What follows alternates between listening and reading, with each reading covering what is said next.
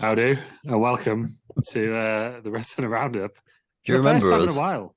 Yeah, we've not Is done it. there We've three not done it for a weeks? while, have we? 2 weeks? Yeah, we've been gone longer than WCW at this point. Although this is my first one for a while. I think this is probably my first one in about 3 weeks. Welcome back. I Thank think you. it's all our first one. We took 1 week off for your stag do. Which turned into 2 weeks Turned into 2 weeks. because we Um, could we not get a date together? Is that what it was? we forgot. I'm busy. Yeah. I Yeah, thought we were busy last 1 week. 1 week we were busy, and then the next week we just forgot. This is why we do it on a Wednesday. Yeah. I don't know when Yeah. this is going to go out. Thursday, probably. Wednesday Okay. night. Maybe. Don't matter, Depends what we does say. Don't matter. Depends if Does we not start matter. discussing Phil Schofield and them. Anyway, Nonsense. So, Allegedly. fucking hell. See, when you're not hosting, you're just straight in there, aren't you? Aye, at least it's early on for you to edit it. Early doors, but Early it won't does. be edited. We'll let the people decide. I've just had to take a call. I will be back very, very shortly. So Okay. that was Aaron. Oh, yeah. These are the It's introductions. we're falling apart like a cheap watch here. Terry, Terry, you're you as well. How is life? Busy. Did you have a good weekend in Dortmund? I did. It was quality, to be fair. Felt reasonably uncomfortable in the white outfit when I dressed as myself from the rest I've of the not round. posted those on any social media because I was still need to respect your privacy, and also I'd get banned for nudity. The third day, Reasons. when I was dressed up as the guy from the YMCA, I Just going to mute Aaron because I can Yeah, hear it's his. fine. phone yeah. conversation. Yeah. Dressed up as John Cena. Washed the jorts the other day, so they are actually drying out, so I can rewear them. You're definitely going to wear them again, aren't you? I could. I've washed them. I've washed them ready. You just have to even up. I just need to. Yeah, I need to tighten up the legs, tighten them up, neaten them up because you cut one longer than the other one, so it was one was like above the knee, which was fine, but then was like dragging on the kneecap a bit, and that was reasonably irritating. Yeah, and what else did you? Cut the holes in the pockets. Took the damn pockets out. That's what I did. But I was still got the already. pockets. I was Those already actually. prepared. There was a bum bag waiting for me. I was already prepared. Took a bum bag with me, Yeah, which brilliant stuff. Ross was absolutely livid about. But yeah, I was prepared for that. Second day, I dressed up myself in white shorts, a white strappy top, some horrendous fake tattoos, novelty disguise glasses, nose, mustache, which I pulled the mustache off because it made me feel very uncomfortable. So I ended up having. Yep. Did look a bit like Hitler. Yep. So I pulled that one off because we were in Germany and drew a big old handlebar on and had a bald cap on, which made me very spotty. Then on the Sunday, Saturday. Yeah. I got dressed up as what can only be described as the man who wears all the leather from the YMCA. So I had like a leather train driver's hat on, pleather shiny spandex, spiny shorts, not short, no, speedos. That's what I'm looking for. Near enough, anyway. They were very, very slim. A see-through top thing, which wasn't that bad actually. It covered quite a lot of stuff. A harness, which was interesting. Reasonably comfortable though, but not tight, not too tight, not too loose. And then a little coat to keep me warm. Yeah, I did look like something out of Demolition, to be fair. Yeah. And I got stared at the most in the white outfit. That's the one I felt the most uncomfortable in. Probably was wearing it for the most amount of time as well, to be fair. That was all day, that one. I noticed the staring more in that one than I did anything else, which is why I felt the most uncomfortable in it. And then on the final day, I had a combination of my own jeans, the John Cena t-shirt, and the train driver hat. So it just looked like I dressed like that. Yeah, it was good. Walking around Dortmund Stadium, very hungover on the walk there, and then quickly recovered like when we just got there. It was quite the recovery. I feel like the spirit of Dortmund went through you, and you just got... Oh, they lost, didn't they? They lost. I got very carried away on the Saturday night, but yeah, they did lose. Yeah, I was hoping we were going to be there because that was the original plan. We were going to go there for the final weekend, but I'm glad we didn't now because it'd been shit, wasn't it? Yeah, and the tickets would have been. I expected a great celebration, and everyone has been fucking depressed all weekend. So at least they're all in a good mood. Yeah, lovely country, Germany. Very nice people. First time I've been. Same. First time I've been. Lovely place as well. To be fair, Dortmund. Yeah, my mate told me it was like what England could be if it tried. Anyway, it really was open-minded as well. Yeah, no one. Yeah, obviously. When on the last night when I was dressed as the man from the YMCA, we went to an outdoor bar. No one really batted an eyelid at me, did they? No, they didn't No, actually. no one batted an eyelid. The only thing I got was when I went to the toilet on walking to the sports bar and a man laughed at me, Yeah, I did love the which I then took got a bit self conscious about and wait till we went to the old happy ding dong and sang some yes. karaoke. I Then did love dropped- that waitress's reaction when she took all our orders but didn't realize. I don't think she just like kind of just noticed you until Yep, she turned to you. and then she and just burst out laughing. Yep. Brilliant stuff. Brilliant stuff. Where were we when that happened? I can't remember. The Where we were. first, the hotel bar. Oh well, no, it was in the same building. It wasn't the hotel bar, but it was that little pub Next door. underneath the hotel. Yes, Yeah. yes. I know where you're at. Next to the hotel. Yep. And then got you. Had no idea. Looked at me and just burst out laughing. But yeah, good times all around. Yeah, but good stuff. Good lucha stuff.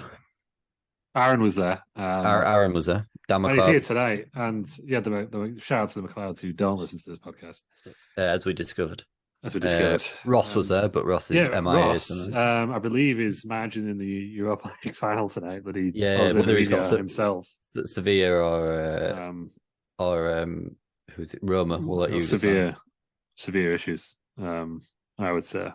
But yeah, good luck to him, old Jose. That's what he's doing now. That's his new job. It's full time football manager. There he is. But yeah, I'm just stalling while Aaron gets back. He's disappeared now. Yeah, I could unmute and listen to his conversation, but I won't do that. It feels like it's a bit thingy, doesn't it? That's rude.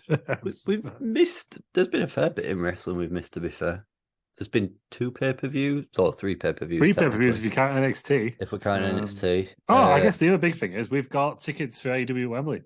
I don't think we had them. Yes, we do. Last time we were on the show. We've not sorted out any accommodation or travel yet. No, I've not even told Phil he's going yet. So Phil, if you're listening, you going? Yeah, I'll text him now, shall I? Um, This is where he says no because he's got a dog now, Phil. Has he? What type of dog's he got? Some sort of brown one, like a Labrador type thing. Aaron's back. You need to unmute him. There he is. Yeah, A brown lab. Nice. I think it's a brown lab. To be fair, I've asked to unmute. Can't beat the old dog. Oh, could you hear me in the background on the We phone? could slightly. Yeah, so we didn't want you to dox yourself, so I muted you. Yeah. Just in case. Cheers. You'd be able to be private on here. But I was just saying, we just went through a run through of the Terry Stag do, my stag do. basically. And then I got all the clothes as well in my backpack going home. Was much hoping I wouldn't get pulled over. Didn't, because I would have had some weird looks in airport security. The question I'm down to ask is, what's your back like at the moment? Oh, yeah. Clean. I clean now. Okay. Took a few days. Yeah, the old face paint pens. To say it's face paint is meant to come off easy. It did not come off easy apart from on the tash. I guess that's because it stuck to the hairs more than the skin. Yeah, you need to grow out your back hair, I think. Yeah, I don't have any back hair. That's the issue. So, but yeah, that was quite difficult to get off, to be fair. Yeah, but I felt like to fair to Ross, he did a good job overall. Yeah, he did a solid job. Yeah. Did a solid job, to be fair. But obviously, I think and we broke his car on the way down. Yeah, what was good was the lodging. The hotel that we stayed in was. Yeah, so we got upgraded because Lou sorted something out. Yeah. Stayed on a building site. Right. I know we stayed on the building site, but you should have fucking seen the absolute state of the accommodation. Nah, I'm joking. To be fair, I can only imagine what he'd booked us in. To be fair, it was only that first day anyway, wasn't it? That there was any sort of knocking or banging because we were replacing the windows. I'm convinced that nobody knew we were down in that room, by the way. No, we should have been because we did not have any room service whatsoever in terms of maids or anything. No, we ran out of toilet paper. Yes, we did. And I flooded the bathroom. Those two things went. Yeah, Lou flooded the bathroom. But that happened. But before we get on to the wrestling, because I guess that's what people are here to hear, I do need to issue an important correction on something I said in the last podcast. I've been told I made an unfortunate error that's offended a lot of people. So the tree in my garden is a beech tree, not an ash tree, as I erroneously called it. How are the old pigeons? They're gone. How's the tree? The taste is brilliant as well. So it's got all these leaves on it now. So it's looking pretty good. But yeah, I got told by a listener that it's definitely not an ash tree. It's a beech tree. Was that? Is that right, listener? Yeah. Yeah, it was my mum. Yeah. Yeah. But, and also, Ross needs to learn that the word for a king receiving his crown is crowning, not a coronated, however he said. So there's those corrections out the way. All right, what was I doing? I was texting Phil. Yeah. We're really live on the podcast that Phil's got a ticket for AEW. Yeah, this is what I think he says he's not going to. He's just going to not come, basically. It's fine. We've got a back. Oh god, fucking hell! What's his address? Not his address. There we go. Just ring him on thingy, Twitter. No, we can't FaceTime again because he will answer, and he was topless last time we did that. Was he?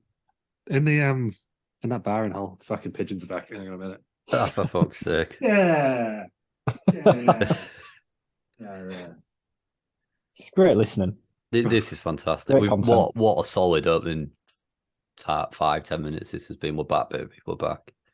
Ross is going to listen to this and just tear his hair out of the intro. It's fine.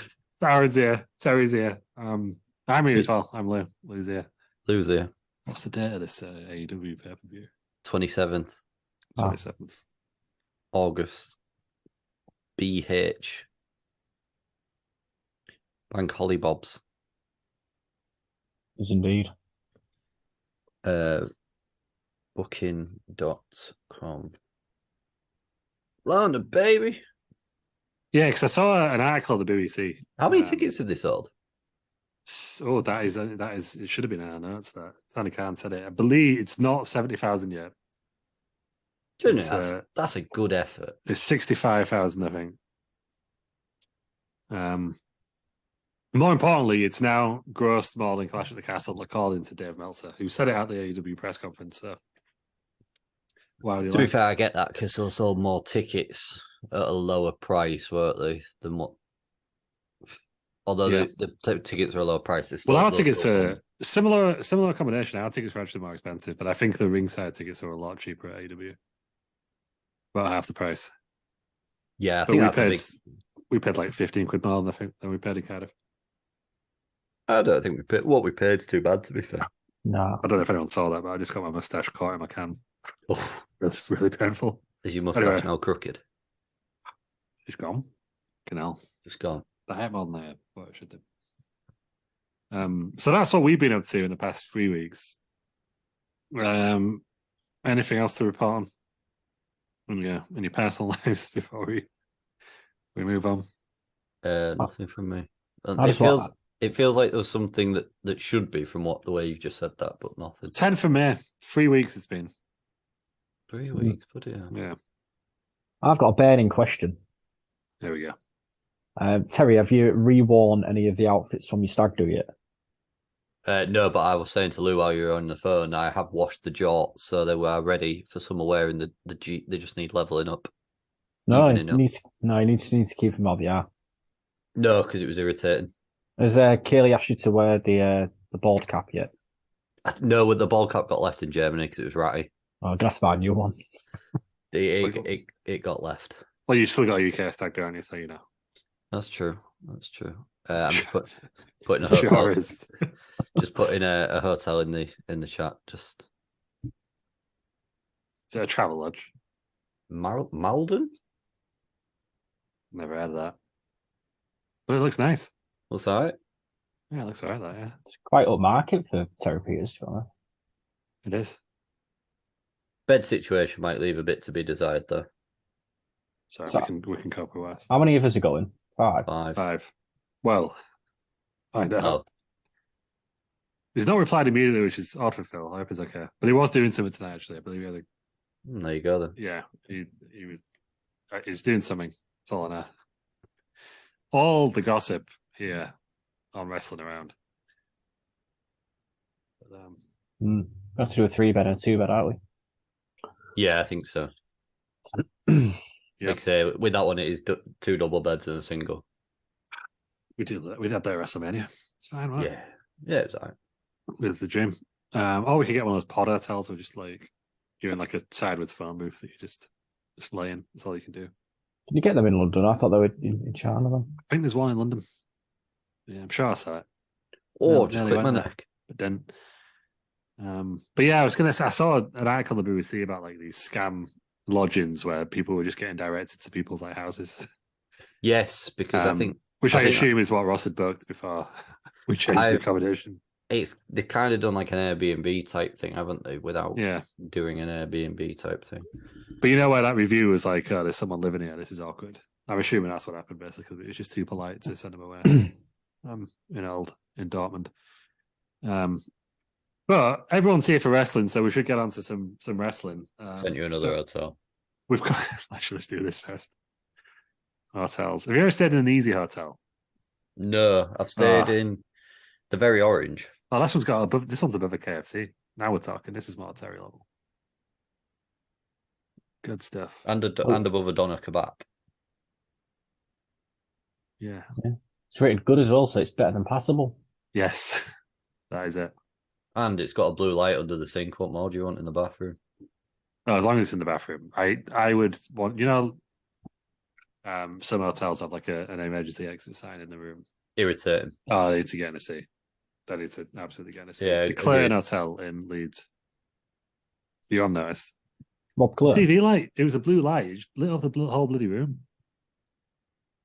Irritating, isn't it? Ridiculous. I know what you're asking. Like, why were you staying in a hotel in Leeds when this is where you live? But don't ask questions. Anyway, wrestling. So we've come back at a good time because we've just got off one of the biggest weekends technically in a busy weekend in wrestling. Busy weekend. So we've had old weekend in the we'll start from the. I'm going to say the most important, but I don't want to piss anyone off. But basically, we've had WWE Night of Champions on the Saturday. And on a Sunday at the same time, we've had NXT Battleground and AEW Double or Nothing. But I think the one that we're all forgetting about is Impact's, the one that they had on Friday. I can't remember what it's called. Oh, what's his face? Steve Macklin was very... He stapled PCO's mouth shut. That's what I wanted to discuss. Yeah, it looked very painful. I genuinely don't know how the hell they've done that without... Well, they fucking stapled his mouth. It's just going to be... That's just going to be painful, isn't it? Yeah. They just... I've seen the old clip of it, and it's not something I would have wanted. Yeah. I mean, PCO's a bit of a mentalist, isn't he? But but then there's that, isn't there? There is actually literally having your mouth stapled shut. It reminded me of Jackass when Steve tries to get his ass pierced together so he stops shitting. I've not seen that. Spoiler alert, it doesn't really work. Yeah, I can imagine. Yeah, because it would just come out like a... Well, he puts it across the cheeks. He puts basically a big barbell across the cheeks. Yeah. So, just stuff something up there if you're going to stop it. Yeah. I would assume. But yeah, does that have a place in wrestling? It's a national promotion doing that. It's a bit much for me. I don't know. Depends what show it's on. I think in the right place. If it was in GCW, you'd expect it. But is it because it's Impact? Is that why you're not a fan? I don't know. Just seems a bit much. I'm a guy who doesn't really like the idea of blading. I think it's kind of, as a society, we need to move on from intentionally cutting each other. I just think there's different ways of doing wrestling. I think for something a bit different is fine, but I get that it is quite strong as well at the same time. I do get that it is quite strong. Yeah. But like I say, if that was in old school ECW, you wouldn't be surprised either, would you? Yeah. But I guess, it's fine because they got him out. But what if he sneezed? Bite your tongue? It just can rip it up, wouldn't it? I guess, was it towards the end of the match? Yeah, I think they took him out during the match again. So there was a medic on hand. Right, okay. So they were in there. Yeah. So okay. I was just thinking, if he sneezed or he accidentally kicked in the balls and he screamed, it's like the one where you put your credit card. I've not done it personally, but you know which one I mean, don't you? The old Chelsea smile. That's the one. And poof. It looked like a bloody jellyfish. I don't know what I'm talking about. I found a hotel motel Holiday Inn. There we go. Now we're talking Holiday Inn. But it looked like the Joker in The Dark Knight, wasn't it? Shingford. I don't even know what it is. East London. Posh East London. Oh, it's very posh, that, isn't it? Mm. Well, it's pissing miles away from Wembley, isn't it? Or is it? I don't know. This is the thing. But the thing with London is... You also don't want to stay too near Wembley because then you're in Wembley. Yeah. And that's an issue in itself. What my theory is nothing's too far on the tube. But I don't know how true that theory is at the same time. We'll carry on talking about this and I'll do some Google. Yeah, do some of the Googles, and I will book it on hotels.com because I want to build up my free nights again. That one. But so that was Friday night, and then Saturday. I guess Saturday's the big one. So Aaron, you watched it. Did you manage to watch it live, or did you watch it kind of No, I watched it the day after. day after? So I'd already seen the results, unfortunately. Terry, you've not seen it yet. I've not, no. But we're going to go through the matches anyway and get the Franklin Star ratings. Oh yeah, yes we are. I suppose Dave's stuff isn't out yet, is it? No, it'll be out tomorrow. Okay, so sorry, just the Holiday Inn is probably a no-goer because it's an hour and 17 on the tube. Cool. Yeah, And you want to be on the. It goes over 3 different lines. Whatever line Wembley's on, Wembley Park's on. Yeah. You want to be? Is it the Piccadilly? I don't know. Metropolitan, it can be on as well. Metropolitan, that's the one. You want to be on that line, basically. Yeah. Carry on. Let me go do some more Googling. Right. Well, let's go then. So first of all, we've had the World Heavyweight Championship. It's back, although it's not back because technically it's a new championship. It's carrying on the lineage, don't it? They're keeping the lineage, aren't they? But not on the website, apparently. It's just, if you go on the website, it's just, they're treating it like a brand new championship. They were doing some programs this week, weren't they? Or something's gone on this week to show that the lineage is very similar. Yeah. Is it a bit like the WCW one? Because the World Heavyweight Championship, when it was revealed, they're like, oh, it's the same belt, but it's not the same championship. I don't know if they've done that this time again. Because it is, for all intents and purposes, it's the big gold, isn't it? Yeah. Yeah, with the prolapse. But I really like it. I think it actually looks better in real life. In use, should I say, than rather than. I'm not a fan personally. Yeah, I like it. Yeah, I think it looks better in use than it did when it was revealed. Okay, those other 2 hotels are 40 minutes on the tube. It's that's better. That's 40 but minutes. It's over 2 different lines, but it's better than an hour and 7. Yeah, we get the boat. We can get the boat because we'll get on a boat. Because Ross knows I like getting a good boat in London, seeing all the sides. But yeah, I think it looks a lot nicer. But anyway, so it went on first. Apparently, there were some rumors because Seth was filming Captain America. But I've not seen a credible source on this. I've only seen Zero News, so I don't believe it was. I think it was more because the main event needed to go on last, as we'll discuss when we get to it. But Aaron, what did you think of the match? I thought it was good, but good, but nothing to write home about. Yeah, you see Seth Rollins, AJ Styles, you expect a bit more, I think. Yeah, I heard it was all right, to be fair. But it was good. I haven't seen it, so it's hard for me to. If we're rating stuff on the holiday of the booking.com scale, which is what I'm going to do from now on, it was above passable. I think it would go into good. Yeah, I agree. Territory. Okay, but not excellent or superb or whatever it is. I'll get those ratings out because that's going to be my new thing now. But yeah, I thought it was nothing really memorable happened in it. It was good. Ooh, Seth Rollins won clean. I found one that's on the same line, but it's 51 minutes. What the hell is the same line on the East Coast main line? I'll put it in the chat. Carry on. This is where you find I know my shit when it comes to trains. Right. Anyway, Holiday in Chingford. Oh, it's Brick Lane. Brick Lane. Oh, okay. That's the 24-hour bagel shops on Brick Lane. Oh, there we go. Then. So there we go. I'm not surprised at who was in this final, by the way. No, I really wanted Edge. Just because I love Edge, but I think Edge could have really added some prestige to it. Because AJ Styles came out before, didn't he? In a shoot interview, and simply said, "Yeah, it's the second best title." Yeah. Apparently, didn't sell it brilliantly. That's on. It's a very good match that's on SmackDown as well. The triple threat. Yes, apparently it's very old school-esque. Yeah, it's between AJ, Rey Mysterio, and Edge, wasn't it? So I guess how could it not be? Strange that Edge has just appeared for that and then he's not come back since. Well, I heard that he's maybe not far away from being done now. He's got another year, he says. Is that what it is? Yeah. I think there was rumours because last time he was in Toronto, he said, next time I'm here, I might retire. And then he booked a SmackDown in August, I think. Ah, okay. So I think that's kind of fueled speculation. Okay. And then he said something about he wants to do it at an elite level. And then obviously everyone assumed he was going to AEW at that point. Because of the word elite. What I'm saying is the main event of All In, is Drew McIntyre versus Edge, according to the internet. Yeah, because Drew's not been seen on TV for a good couple of weeks now, has he? That's because he had a bereavement in the family, I believe. Yes, I did see that. Thoughts with Drew. But yeah, so that was the match. Anyway, to get back into that, it was. I think it's the right winner. I mean, Seth Rollins is the best person to carry Well, forward. are they on different brands or are they on the same brand? No, they're on different brands. It's exclusive.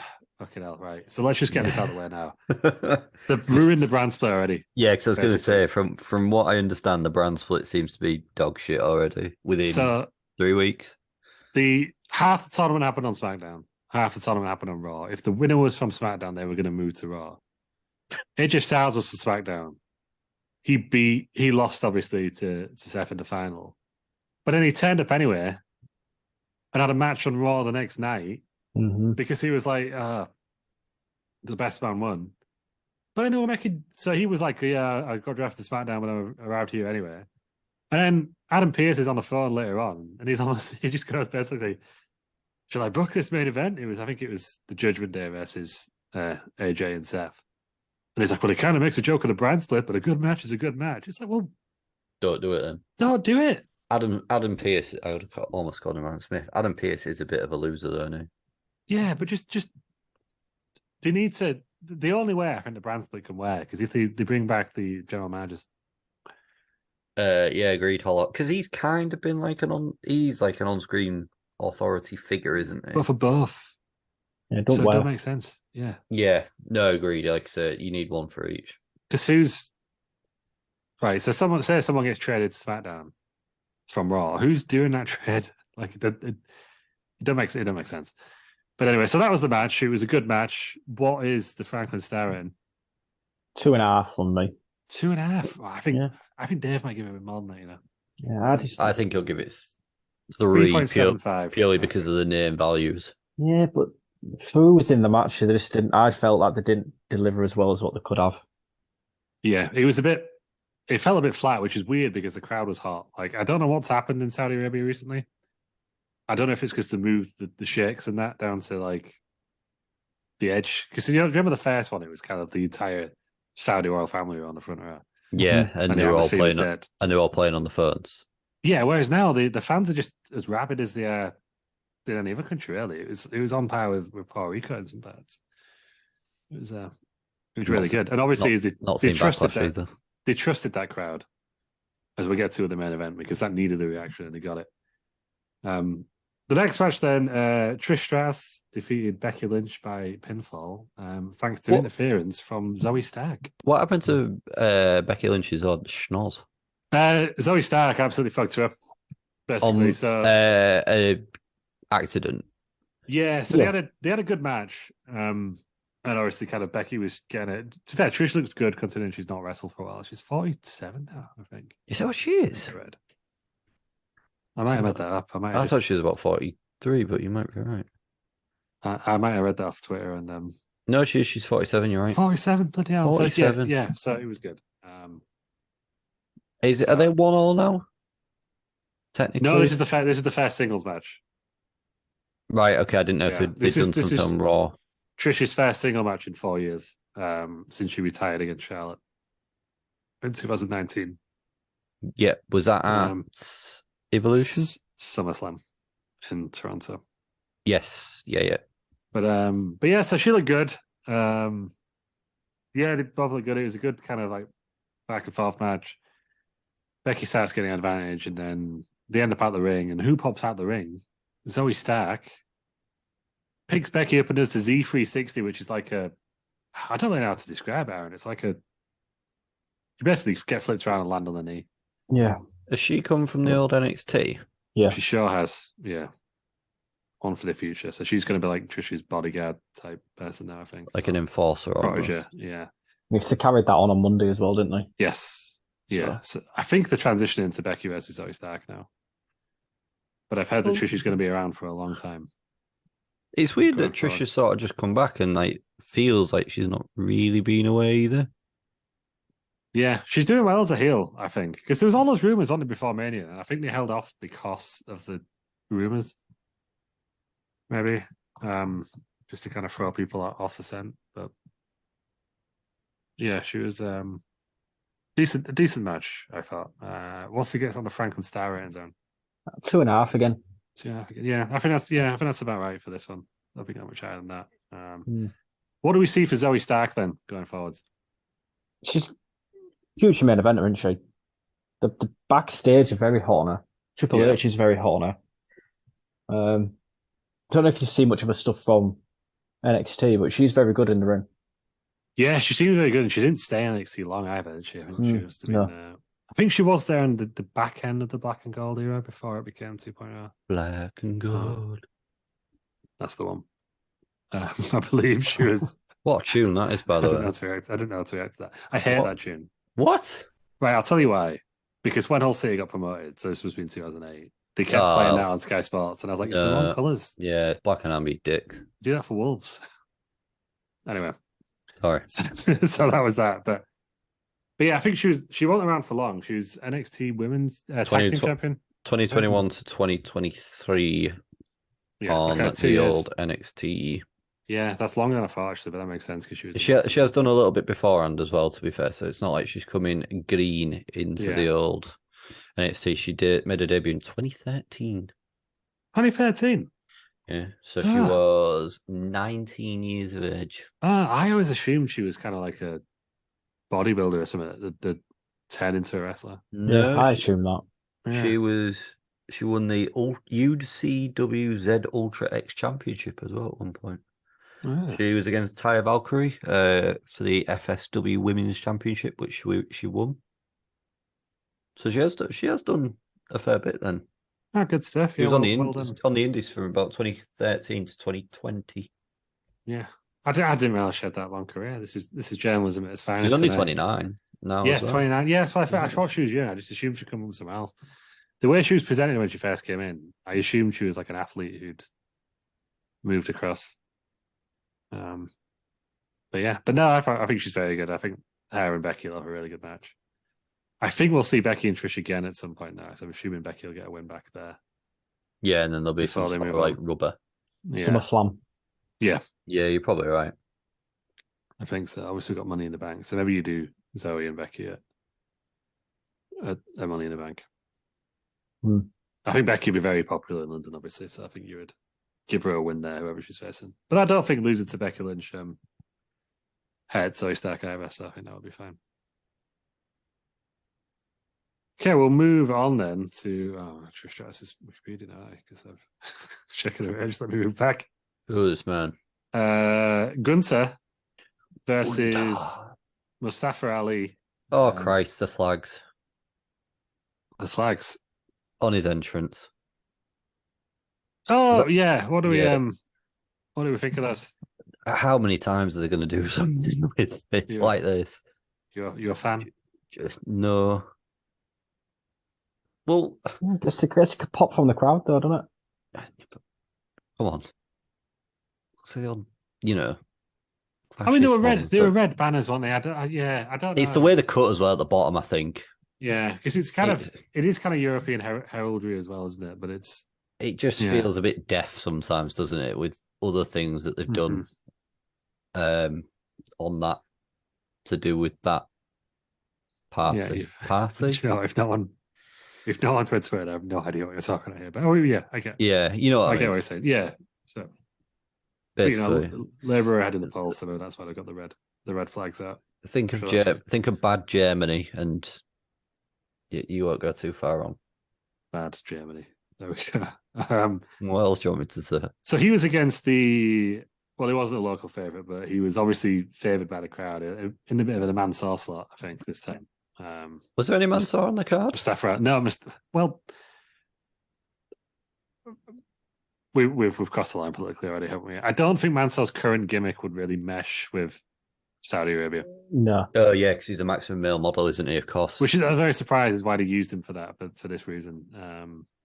I forgot that's what. But it was. No, I get what he did a really good video package beforehand about Mustafa Ali going to Mecca before and performing at Umrah because it was in Ramadan. So he was a hot favourite for this one. I think the crowd were expecting him to win actually, just because of what we'd seen with Mansour in there.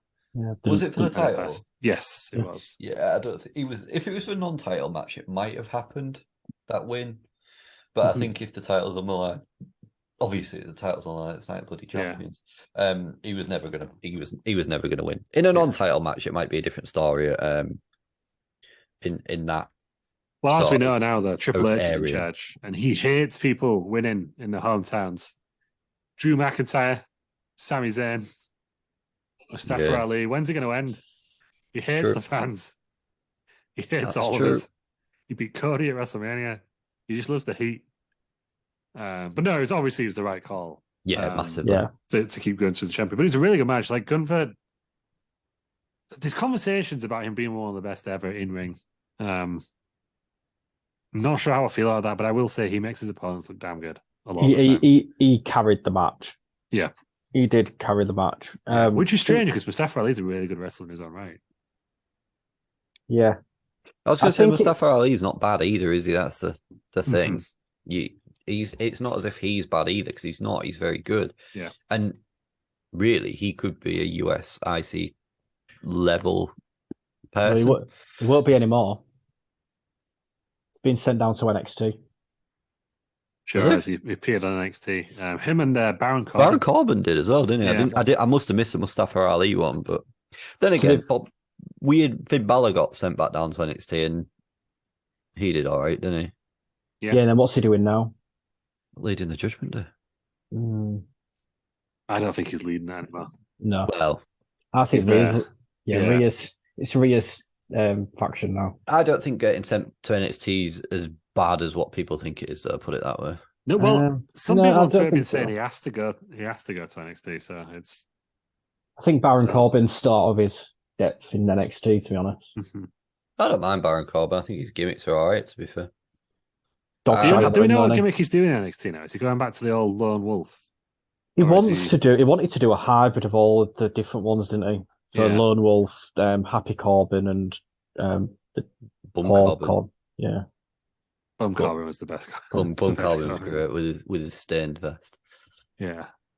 He's good when it comes to like comedy value, but he's just not that good in the ring. Yeah, I think he almost suffered from not to the same extent because he didn't get over, but you know when Rusev kind of went from being a killer to a bit of a comedy character, it's hard to go back the other way, isn't it? Sometimes I think. Yeah. I think Baron Corbin's he's had too many stuff not go right. I think for him to remain, he's had too many pushes that have failed. Sometimes no fault of his own, but sometimes people just don't get over, do they? It's a bit like Billy Gunn. Yeah. Although he is over now. I think that, I don't know which was. I mean, probably Bum Corbin was the best one. I think the worst was probably Happy Corbin. I think. Personally. Yeah, it was weird. Happy Corbin had potential, but he didn't do anything with it. And he started more so when he was on his own. It was worse. When he had someone with him, it wasn't too bad. Yeah. Then he got sacked by JBL, and then it was just like, all right. And then he was sad now, but he's in NXT now, so good. And Mustafa Ali's there as well, so he might just go down for a couple of weeks like Natalia did, or he might be there long term. Yeah, because Dolph was there. I know this isn't a brilliant example, but Dolph was there for a couple of weeks as well. I would draft Dolph to fucking Velocity, isn't it? Yeah, I know you're not a fan, but put him on Tuesday Night Titans, Shotgun Saturday night. Apollo, he's come back up as well, I think, hasn't he? Yeah, he's done well to stay there, to be honest. Actually, he's come back up to the main roster, hasn't he? Yeah, we were at his main roster debut 7 years ago, Terry. Yeah, I know. Thanks for reminding me how depressing that was. More depressing that it's 7 years ago, that not the fact that he debuted. So it's been there a long time for someone. To be fair, we were also Baron Corbin's main roster. Yeah, we were. Good point. And Enzo and Cass. Yeah, but I would say that Baron Corbin had a better main roster. How the hell have they?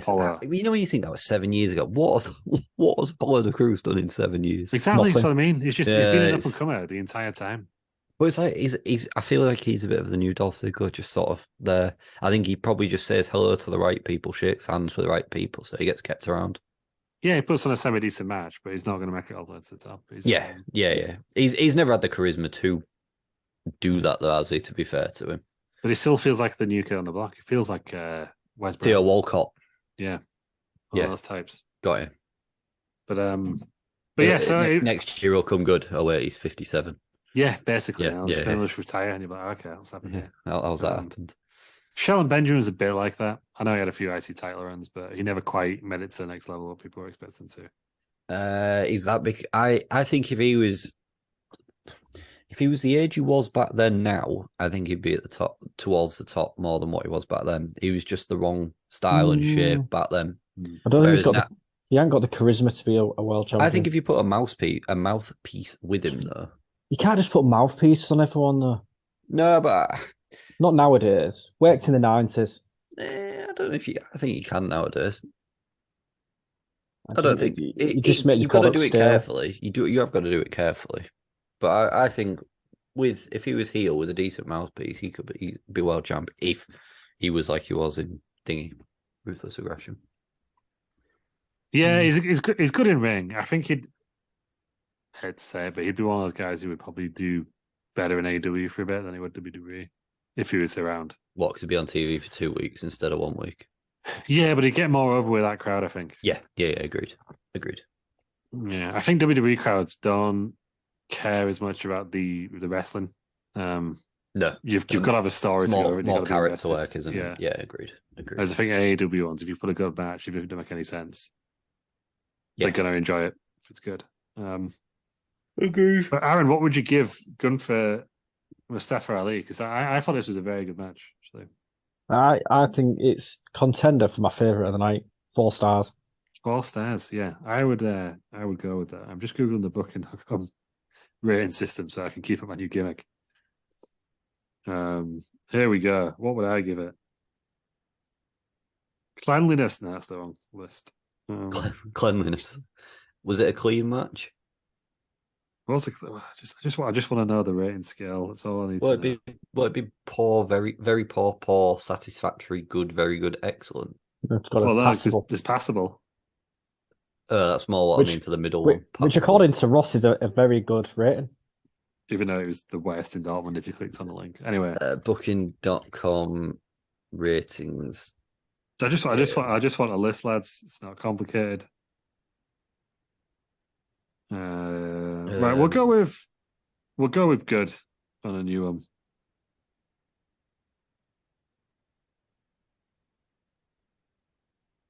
Solid. 3 out of 4. Good. Okay, we'll go with good. It was a good match. Going to move swiftly on. Asuka defeated Bianca Belair. I think this was the right move for the Raw Women's Championship, even though they're both on SmackDown. But that's a second issue that we'll get to. Yeah, because I saw that comment about Rhea's title as well. Yeah, I think this was the right move. I was getting a little bit sick of Bianca Belair's reign. I'm surprised it happened here, but I'm glad it happened as well. And I'm hoping that Asuka just gets a fair bit of time with this belt. I don't think she will. No, I don't think she will either, unfortunately. But I can see her dropping it at Money in the Bank or SummerSlam. She didn't win clean anyway. No, she didn't. She did the old Great Muta trick where she missed with the mist, but then she had it on her hand, so she just blinded her. Like sticking it in her face. Do you think she will lose it back to Bianca? Yeah. I don't know. I think it's interesting because Bianca's reign was long, but it wasn't memorable. I don't think. I think the way she won it from Becky Lynch was. Was it Becky Lynch last year? It was. Yeah. It was. You've also had a potential women's champion go off with pregnancy this week as well, haven't you? Congratulations to Alexa Bliss and her husband. So, like, that's somebody who could have potentially won it in the future, gone for a year. Yeah, but then she's not done anything in like 2.5 years. No, well, she got stuck with that crappy theme thing, didn't she? And then I wonder if, obviously, this recent stuff, she's obviously found out the news of the baby arriving, so she hasn't been in the ring. But the theme stuff wasn't brilliant. But I think if she wasn't pregnant, you could have reset her to then start that ascension back to the top. Who we got on the... So this is the Raw Women's Championship, but it's on SmackDown. So we've got Alba Fire, B-Fab. That's thingy in it, Alba Fire. Kaylee Ray. Yeah, that's what I'm looking for. B-Fab, Bailey, Charlotte Flair. She's the dark horse. There you go. Yeah, that's Dakota Kai, although unfortunately she's an ACL. So. She's injured, isn't she? Isla Dawn, Io Sky, I think there's a match. Asuka versus Io Sky. I still think you're gonna see Bailey and Io Sky before you see Io Sky and Asuka. Unless they do the whole because I think Io Sky is gonna turn on Bailey. What if they do the whole evolution thing? Io Sky wins it as part of the faction, and then Bailey's like, hang on a minute. You can't fucking win the title. That's what I do. That could be the way to do it, to be fair. I thought they were going to do it at Backlash because that crowd was ready for it at Backlash. I do think that is coming though, that match. Yeah. I do, I think now that Dakota Kai's injured knees probably accelerated the need for that to disband now. Well, when I go through the rest of the women's roster on SmackDown, you'll see that you're probably right there. Go on then. Lacey Evans, Michin, Miriam, yeah. Scarlett, but obviously that's carrying across his manager. Yeah, that's Shotzi, Tamina, and Zelina Vega. That's it. That's your women's division. That's on SmackDown. That is a poor women's division. I can see Zelina Vega though as a world champ. After the match at Puerto Rico. Yeah, I really enjoyed that match. The LWO is getting over, but they need to start winning some as well. I think those guys, if they're going to stay over, especially now Bad Bunny. Could she be a potential Money in the Bank winner? Yeah, I think so. I think they're obviously big fans of her. Yeah, she would be a good one for Money in the Bank. I think should do well. They just need to have the women's Money in the Bank hold it for like more than a day. Yeah, because it's always cashed in usually within a day. Or get out of that month, and I'll be over the moon. They can do what they want. They don't have to wait as long as Carmella. Was it cashed in last year on the same day? Liv? It's a day. Yeah. It was the same night, wasn't it? Yeah, it was the same night. I think genuinely, the longest. It's Carmella, isn't it? Yeah, after Carmella, I think the longest is Nikki Cross when she waited till the next night. Genuinely, maybe Bailey waited until SmackDown on a Friday. But it's scandalous. Yeah, it's always very quick, isn't it? It's very quick for the women's. It needs to reset Money in the Bank this year. Either that, I'll get rid of it, in my opinion. What, the women's one? Both. Oh, right, okay. I don't think there's been a good Money in the Bank men's holder for a long while either. Yeah. No, because the Otis one was weird. Big E, probably the last one. Yeah. But you announced he was going to cash in, which kind of. Yeah, I would still like to see LA Knight get it this year. To be fair. I don't think that's going to happen. Well, he's got a qualifying match against Montez Ford, who is my pick, so that's interesting. I don't think he's going to get in it. I think they'll both end up in it somehow. Okay. I think they know what they've got with LA Knight now. Yeah, but yeah. So that was the. So yeah, basically, it didn't have a lot of heat this match. It did by the end. I think the crowd got into it, but it took them a while to get into it. I think because they were so devastated by Mustafa Ali losing. But yeah, I thought this was a very good match. With the right result overall, I think. But Aaron, what was the all important Franklin Star rating? 3.5. 3.5, yeah. Sounds about right. I think that would make it excellent. On I don't know. I don't understand booking.com. Do you know, I'm just having a look at the previous Money in the Bank women's winners. So you got Liv Morgan,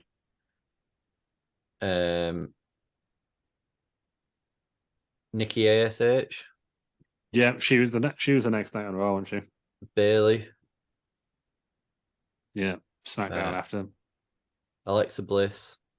Same night. And Carmella. Yeah. She waited a long time. So looking at it,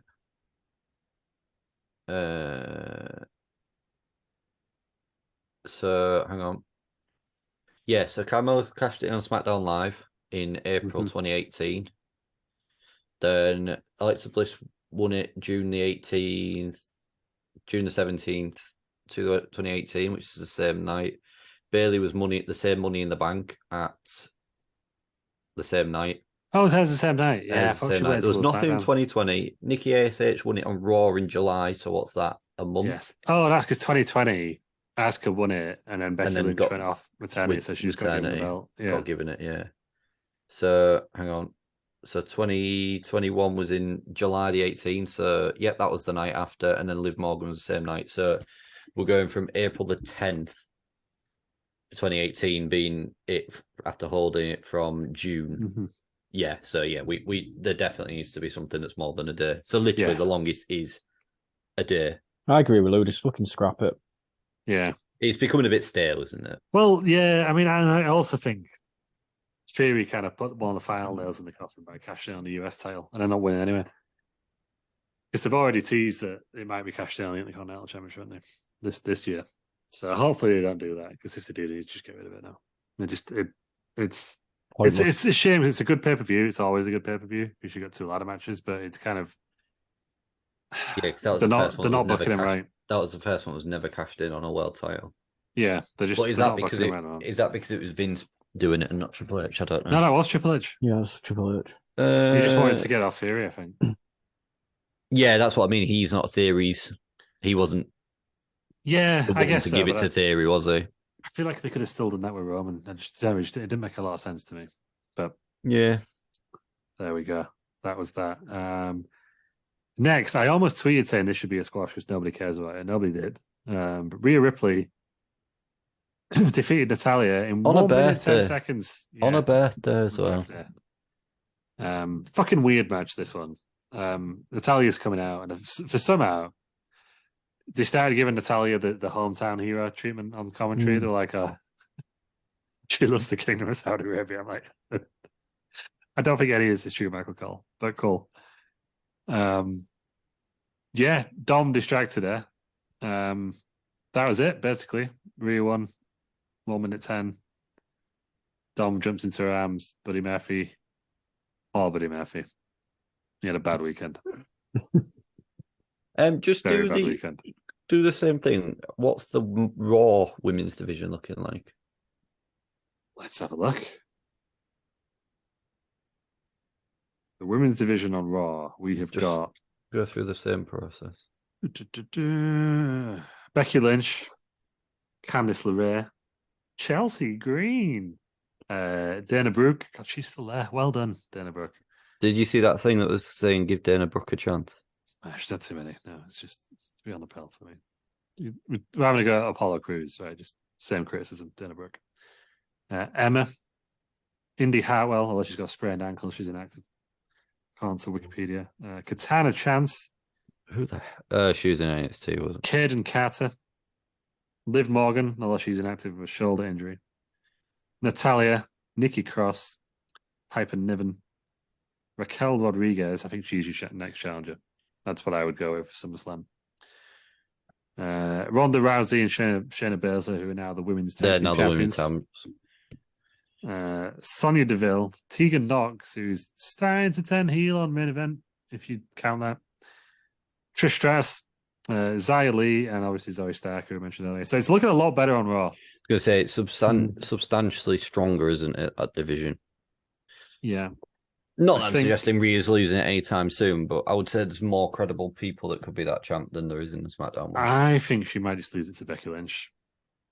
Rhea? Yeah, it's been a while on it, and it seems to be... I think Becky Lynch is getting more and more over again recently. She seems to be getting back to that popularity she had when she first turned face. She's the man again now as well. Yeah. She's just kind of doing that badass character, and she's dressing like Uma Thurman in Kill Bill now. Yeah, I was going to say she was Uma Thurman, wasn't she? Yeah, but that was weird on Raw when her and Trish still had the ring gear on from the Saturday before, and Becky was like, "We're still got our ring gear on, let's fight," and no one questioned like that's disgusting. Guys, you've been on a plane, transcontinental flight, get a wash. You've crossed 2 continents to get there. Anyway, that was weird. But yeah, so it's looking a lot better on that one. I feel like this was the right choice though, because there's no offense to Natalia, unless I'm going to be really offensive now. Like nobody cares. Like it's just. She's not won a singles match for like a ridiculous amount of time on TV. And Natalia's never going to win that title off Rhea Ripley at the moment, is she? No, but I also think like a feud with her just means it's not going anywhere really. It's just the kind of most basic, boring thing you could do. She's the Dolph Ziggler of the women's division. Yeah. Says hello to the right people, shakes hands with the right people, and has a job for life. And I think she's obviously good. I think she's obviously good to have around. She's obviously a ring vet. She's been there the longest now, probably actively. She's probably had a longer active career. 2008, Stratus. I think. Yeah, it must be like we had a look one week, didn't we? The noughties, yeah. But I don't think she needs to be having a pay-per-view title match. I just don't. Yeah. So I think the squash, like I know it's a birthday and people were pronounced about that, but nobody wants to see a 10-minute Natalia match. I'm not buying it. That's the case. I don't think Natalia wants it at this point. No one wants to see a 2-minute Natalia match. Yeah, 1 minute 10 was enough. 1 minute 11, I'd have been 10 off. I'd have had enough. Yeah, this is. this is too much now. But yeah, it's a moment of silence for Buddy Matthews. Mm-hmm. My Instagram stories have gone really big. No respect. What do you mean really big? The full screen? No, the icons. I can only fit 3 on now instead of like loads. 3D return. Oh, that's all I could anyway. I know. So No, mine were real small. And what about your Instagram icons? Hey. Yeah, Buddy Murphy's had a stinker, hasn't he? Yeah, he keeps just tweeting and reminding people that he's the one who's really in a relationship with Rhea Ripley. But I think getting trolled by the WWE admin, that's the worst thing. Yeah. That's I assume we won't cover Double or Nothing in as much detail because none of us have watched it. But did you see Max Caster's rap? I haven't. Basically, he just said you're being cooked by a kid named Dominic and ruined House of Black before the match. Incredible. That's why Alistair Black was allowed to wear blackface. And then another dude turned up with his face painted black as well. It was a leather mask. It wasn't painted. Oh, okay. It looked like it was painted. It did look like it was painted. It did look very problematic. Yeah. How many times we're going to have that with AEW? Anyway, but Aaron, what are the Franklin star ratings for this slobber knocker? Ready for some Franklin maths? Yes, here we go. Are we breaking the scales? I'm going to be breaking scales. So -10 because it's an -10 Italian match. Yeah, Italia was in a match, so it's obviously -10 at the very minimum. But Rhea Ripley, that's got a redeeming factor. The fact that it was a squash match, less than 2 minutes. Mm-hmm. I'm going 10 stars. 10 stars, yes. That's why I thought I was going. It all makes sense. Natalia got squashed. 10 stars. Yeah. That makes sense. Yeah. Outstanding. But yeah, she got ruined, so we won't be seeing her again. And she got ruined by TJ that night. Birthday sex.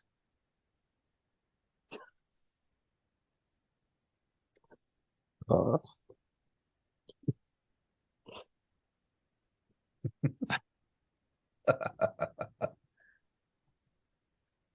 Don't give me that look.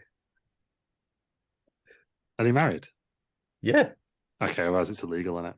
And anyway, they've been married for years. Good. Congratulations to the happy couple. Next up, we had Brock Lesnar defeating Cody Rhodes by technical submission in 9 minutes. Been married since 2013. 2013, okay. It's good for them, then. It's good. Can do the sex. Do the sex. Cody Rhodes' arm. That won't be helping him do the sex because he broke it, didn't he? Not in real life. Yeah, well, but he was wearing. It's okay though because he was wearing a titanium cast. What does he think he is, Lex Luger? Basically, I think that's what they were going with that. Yeah, there's a lot of like old storylines that have been. Oh, the Bob Orton thing. He had a cast on for years. Yeah, so he was absolutely fucking whacking Brock with that. It was a really competitive match. I beg your pardon. Yeah, that's right. That's exactly what I said. It's a really competitive match. Brock got insanely purple. He busted open, didn't he? Or was that Backlash? That was Backlash. Backlash, right? Yeah. I've not seen Backlash either. He's in the Kimura for about two minutes. I was going to say 2 years and 2 minutes. Gets out, so he won. Obviously, he pinned him while he was in it last time. Not the case this time, but he did manage to escape. But then he gets caught in it again after a crossroads kick out at 2. He's caught in it again. He passes out from the pin. So what are they at now? One apiece? One apiece. Yeah. So not dead rubber, but the rubber match at. I think they might do a Money in the Bank, you know. Do you reckon Money in the Bank? I think they will. They started. I'm assuming that Brock's going to cost Cody Rhodes a qualifying match if that's the way they go down. It's a good point because I suppose they want to make Money in the Bank quite big this year. They've been UK and not. They want to have a better UK show than All In. I know I sound like a War Culture guy when I say that, but I genuinely think that's the way they're going with it. Yeah, no, you're right. So.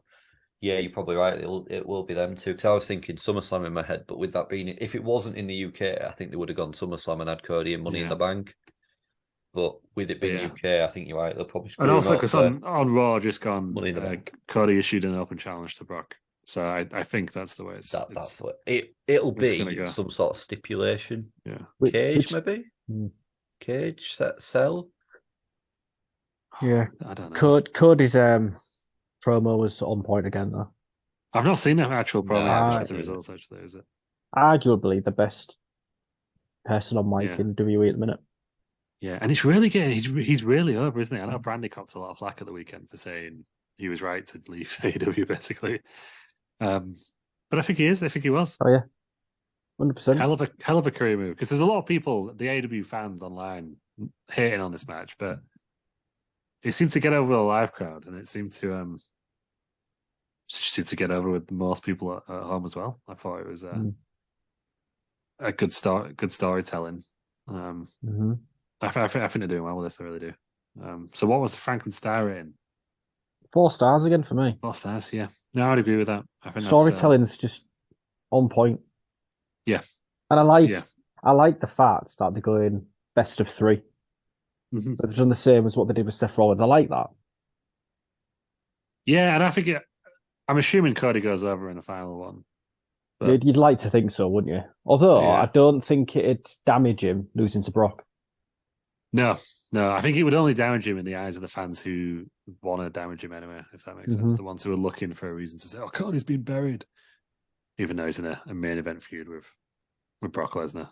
Yeah, at the moment. But yeah, no, I thought it was a very good match. Maybe I preferred the Puerto Rico match, but I still think this was a very good match. And then we get to the main event now. Is it Oscar season? Because this is the way we're going with this. This was Terry. You'll appreciate this. It was pure cinema. You got this on your Cineworld Unlimited. I've seen it. The whole match. I've seen the clip at the end. The cinema. The cinema at the bit. So I'm really glad that they haven't won the tag titles. That's what I was more worried about in all of this, was them winning the tag titles. Because I didn't think they were going to win them, but I thought they got out of it by doing like a DQ or something, or some sort of schmaltz finish. And it's not the fact that Roman would have won it. I just don't want to see the Usos with them again. I feel as though I've seen that enough recently to not want to see it again so soon. That was more my biggest worry with all of this. The Usos weren't in the match, so no, but I think they would have then given them to the Usos to have again. No. Like old Ted DiBiase situation, Andre the Giant. Or done a 3-bed rule with it, and then they basically defended it. Kind of like New Day. But Xavier Woods was never really a tag champ, but was by default. But he was. It was the Hell in a Cell match, right? Yeah. Yeah, but you know what I mean. Like it was always Big E and Kofi. So I feel as though that's what they would have done with this. Would just make the Usos basically defend them all the time. But it's interesting. So the start, it's like obviously Kevin Owens and Sami Zayn beat the Bloodline, in Roman and Solo. Sami, you want to talk about over? My God, Sami Zayn was over. Obviously, it's his first time in Saudi Arabia in nearly 10 years. Because Kevin Owens doesn't usually go either, does he? Because so here's what happened. Here's the is it to do with the Syria geopolitical things? Yeah, he wasn't going because he's of Syrian descent, and Syria and Saudi Arabia had bad relations, but they've just recently opened up the diplomatic relations. Okay. Which is why he's allowed. I don't know if he's allowed back in or he feels comfortable going in. I think. He's happy to go back in. He also went to Mecca and performed Umrah before the show. Came out in traditional Arabic dress. My God, this guy was over. Cut a promo in Arabic before the match started. Wonderful stuff. Because he's got weird, isn't it? The Sami for Syria Foundation, hasn't he? Yeah, I guess because he's ginger. I don't think of him as like an Arabic heritage, but I've looked it up and the dude's fully Syrian heritage. So yeah, fully. But yeah, so he was over as Kane just walked in your living room. Yeah. I've got my screensaver on. It's just a red photo. It's actually of NXT Takeover, I think. But yeah, it's just 10 red. Just 10 red. I thought. So that's what I was about. There we go. It's great again now. But yeah, so he was over like hell. The match was a very good tag match. It took a long time to get started, but not in a bad way. Building up there. I feel like Roman's matches, they just let it breathe, don't they? It just they got 26 minutes, did it? 26 minutes. There was probably no contact for the first 3 or 4 minutes but it didn't matter because the crowd were just like that into it. Yeah. It was Roman and Kevin to start, but Kevin tagged in Sami before they'd even kind of initiated contact based on the crowd's reaction. And then Roman did the cowardly thing of tagging out and tagging in Solo. But yeah, really good. And then, oh my God, the ending. I'm just going to say now, this is the greatest storyline of all time. I've been saying this for months. Yeah, I am. It is surpassed anything now. I'm more confident saying this, having watched the NWO storyline and comparing where they are in the same. I've just turned purple now, and comparing where they are at the same point. I don't think there's a storyline better than this one. It was just, I don't know. I mean, I've not watched Succession, but I imagine if it was like that, you see the same vibes. I've not seen it actually. If anyone's watched that, so basically, the Usos come out to help. They end up super kicking, doing the old double super kick to Sami Zayn. They go for it again. Sami ducks. They both hit Solo. But just as they're about to kick Solo in the face, Roman looks up. So all he sees is the Usos double super kicking Solo. So he gets in the ring. Like, what the fuck are you doing? He's shoving him in the face, basically being really disrespectful, absolutely kind of just like, emasculating him, really, just throwing him out. Throws Jimmy into the corner first, then he turns around to Jay, starts pushing him, turns back around, whack, straight in the face. He takes a super kick from Jimmy. Jay's like, "What'd you do? What do you do?" And they're arguing for a bit, and he's like, I'm doing what you should have done a long time ago. I got you, bro. And then he's kneeling down at this point, like dazed, and he fucking super kicks him again. So if the first one was out of frustration, the second one was like he meant to do it. And then the best thing about this for me was he just let out such a scream of just he'd got it all out there and he'd be waiting 2 years to kick him in the face. I mean, I don't know what your thoughts were. I'll tell you because you've seen this segment, but my God, that was it looked good. Peak cinema. This storyline just gets better and better. And I know Terry will hate to hear this, but this isn't ending anytime soon. Ugh. It's not. I genuinely, I don't mind the storyline. I'm just sick of him being world champ. Well, yeah, it was day 1000, wasn't it, on Saturday? Yeah. You might even hate this even more because rumor is he's going to turn face.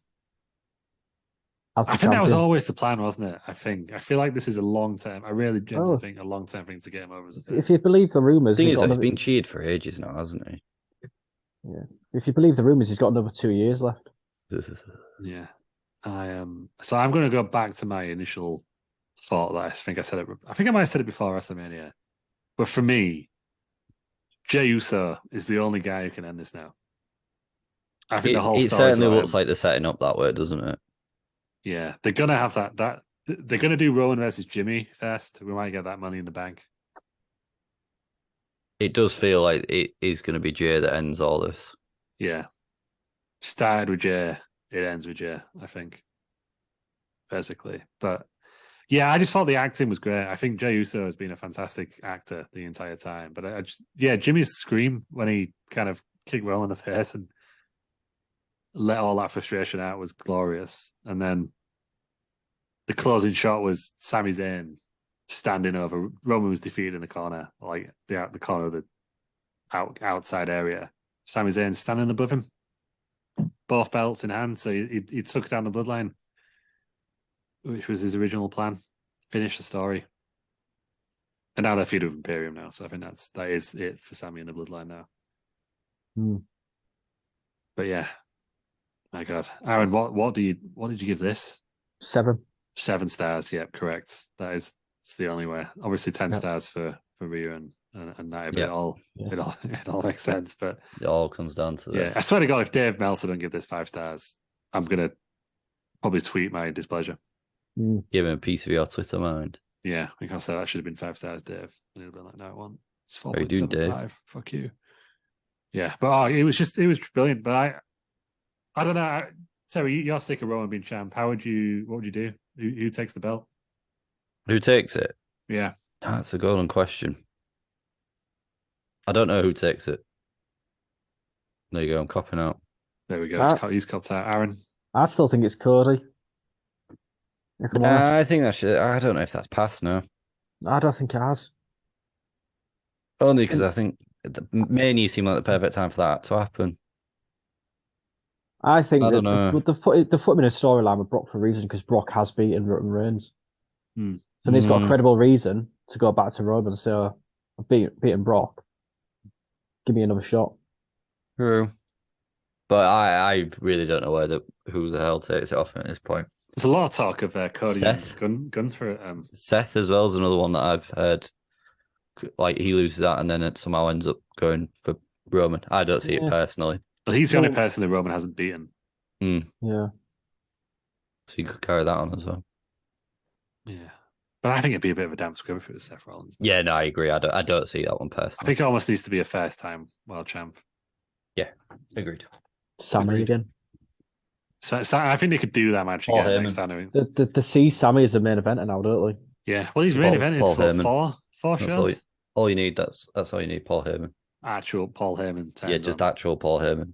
Yeah, I mean, that's grows the skullet back and world champ. Yeah, I assume we end up with Paul managing Solo at the end of all this. Yeah, it looks like that seems to all the Solo's becoming the new breakout single star, isn't he? Yeah, but I'm rightly so, to be fair. Yeah, but yeah, Jey Uso for me. That's why I'm going.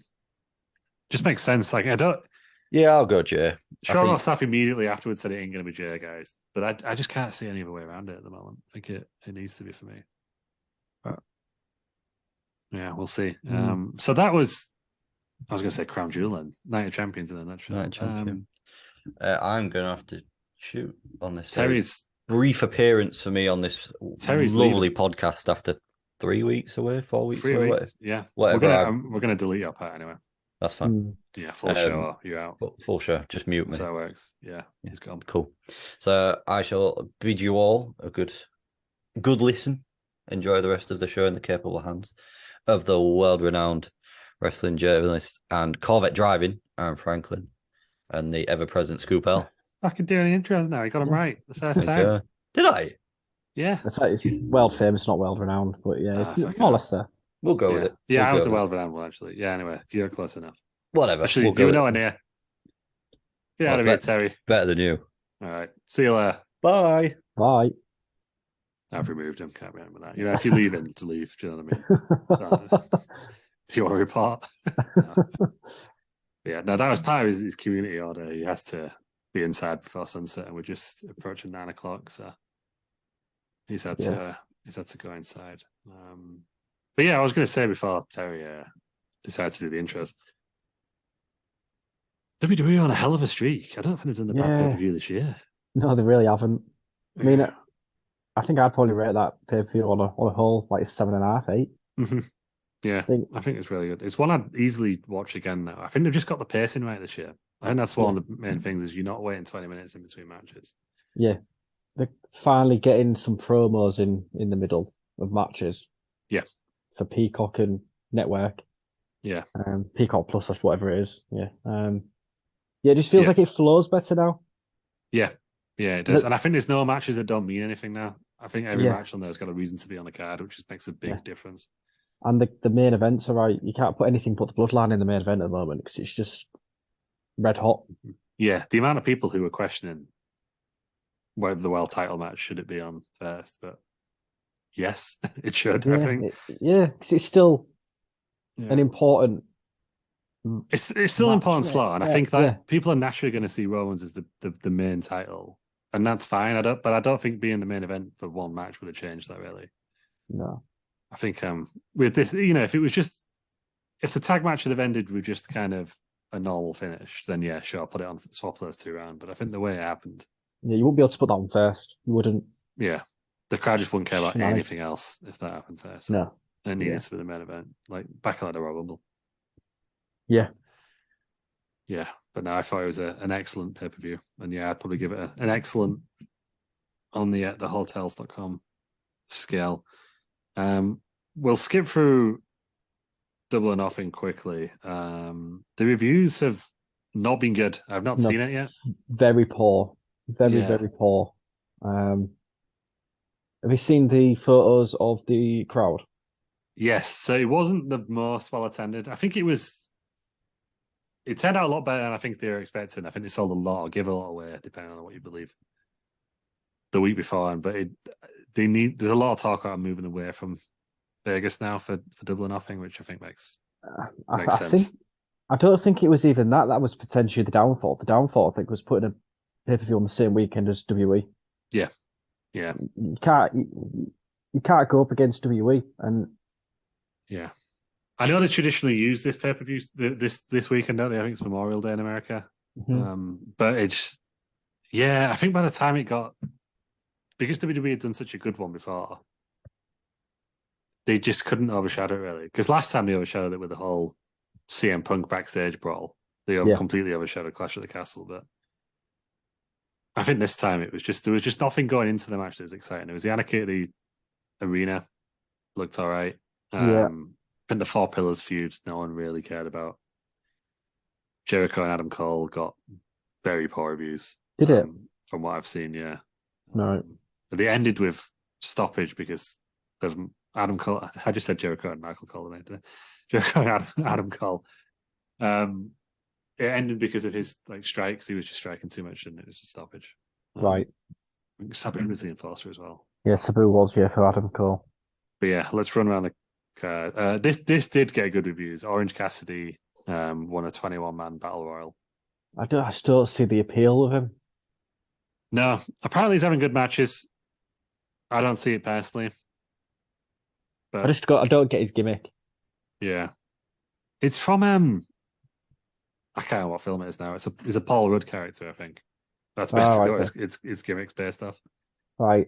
Because someone showed Paul Rudd. You know, all these internet guys who's primarily wrestler, but then somehow just ends up interviewing movie stars for some random YouTube channel. He was trying to show him Orange Cassidy's gimmick to Paul Rudd, but he didn't really understand what was going on. Right. I don't think. Adam Cole with Roderick Strong defeated Chris Jericho with his guys in an unsanctioned match, but he won by a ref stoppage. Makes sense. And Sabu was the special guest enforcer. Actually, fair. So go ahead. Sabu thinks he's got some more matches in him, doesn't he? Does he? Yeah. I don't know if I think he could do it. I mean, they must have brought him in for a reason because he only debuted the week before. Week before, yeah. So they must have some. They must have a show. I know they're doing a few Northeast ones because they got a Boston show. They must have a Philly show coming up as well. Yeah, they must do.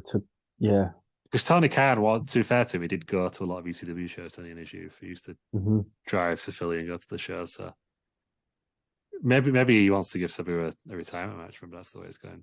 Maybe something like that. But yeah. Because I thought it was a very random. It didn't add anything to that match, so there must be another reason for him, unless he just wanted to get Sabu on. Knowing Tony Khan, probably Sabu's got something he needs to pay for, and Tony Khan wanted to help him out. He does tend to kind of help people out in that way, so maybe it was that. Don't know. FTR defeated Jeff Jarrett and Jay Lethal in 20 minutes. But apparently, this got good reviews from what I've seen.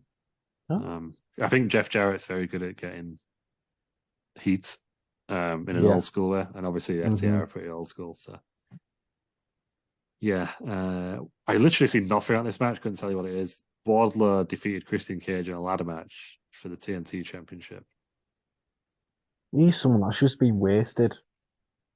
He's kind of finished the Jungle Boy storyline, and they just don't know what to do with him. Yeah, I don't know. It's a shame. I do want to see somehow a reunion with Edge. I'd rather see WWE, I think, because then it would be Edge and Christian and not Adam Copeland and Christian Cage. Yeah.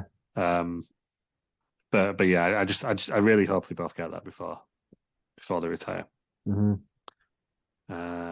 Tony Storm defeated Jamie Hayter for the Women's Championship in 3 minutes 5. I think Jamie Hayter had an injury, so this was more of an angle. Right. Than a match. But yeah, Tony Storm is the first 2-time Women's Champion in AEW. Right. And this is the House of Black defeated the Acclaimed and Billy Gunn by pinfall for the World Trios Championship in an open house rules match. I think this is the thing where they get you can pick one rule and then House of Black pick a rule or something, and that's the whole gimmick, is that they've both got rules. But yeah, 50 minutes fair tea. I think it's more known for Max Caster's rap beforehand, basically being cooked by cooked by Dominic. Rhea then did you take to social media saying we're now over in 2 companies? Yeah. And then did you see Buddy's reply to that? It was like, yes, you are. They use yacht. He ended up deleting it because it was just It was so cheesy. I was like, it just doesn't make any sense. I hope he's not really insecure about it. I would hope he knows that it's a storyline. I'm hoping he's mature enough to. Because he was rumored when Triple H took over to him and Alistair both wanted to go back to the WWE. Yeah, they did. So I'm not sure if in his mind he's actually just setting up an obvious feud with Dominic when he gets back. I don't know if that's what he's doing, but maybe. I'd like to think that's what he was doing rather than kind of being kayfabed by. I think they're setting Dom up for world champ. I think they're setting up for a few potential Seth Rollins. Did you see the promo on Raw this week? No, I know they had an interaction, but I didn't see the actual. Yeah, so basically it's Seth and AJ in the ring. Blah, blah, blah. Judgment Day come out, and then Finn saying, "One of us could beat you for your title." So they kind of go down down Damien, Finn. Then they say Dom, and Seth and AJ just burst out laughing. I think if there was to do it, you could do it where Dom cheats Seth out of the title. Yeah, is he a good pick for Money in the Bank? Because I think he'd be really fun with the briefcase. I think that'd be a great shout. Yeah, I don't know if he's in a qualifying match. I know they've not announced them all yet, but think of the heat. Think of the heat of him just winning the match. Never mind then teasing to kind of go and cash it in. But I would give him for a long time. I think give it for good few months. Yeah, like he goes to cash it in and then something happens or something like that every time, and then yeah, but yeah, I think Dom's fantastic. Well, him and the Rhea thing. I just think it's really entertaining. Like he knows what he's doing. He knows how to get heat. It's working. I think people at the point now where they're enjoying booing him. It's not go away heat anymore. Yeah, I think they just enjoy having a character who's just a pure heel. Yeah, because I mean, go back a few months ago, I was saying, "Oh, he's crap in the ring." That doesn't matter at the moment with what he's doing. Doesn't matter that he's not great in the ring.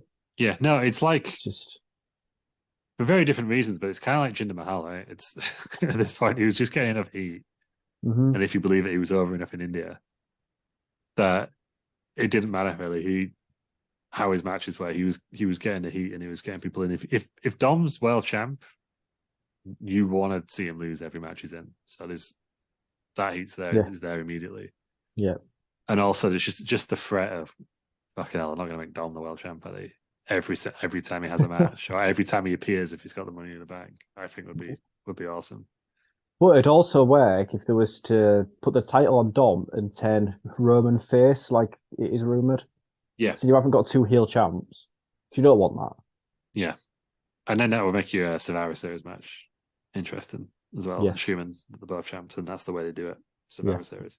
But yeah, I think that really good. My initial pick for the similar reasons was Logan Paul, but I think obviously Logan Paul can't be on TV every week, so I think I would go with Dom. Yeah, for Money in the Bank for that reason. Yeah, because you want someone new to win it.